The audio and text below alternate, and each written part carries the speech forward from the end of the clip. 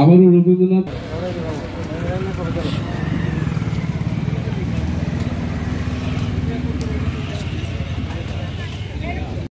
আমরা বিগত দিন থেকে আমাদের এই তরুণ সংঘ পাতালপুরের পুরাতন পরিচিত যে তরুণ সংঘ ক্লাব, এই ক্লাবে সবসময় আমাদের এখানে একটা ছোট ছোট সামাজিক কাজ আমরা করে থাকি। তার পাশাপাশি আমরা প্রতি বছর আমাদের কবিগুরু রবীন্দ্রনাথ ঠাকুরের জন্মজয়ন্তী আমরা পালন করি।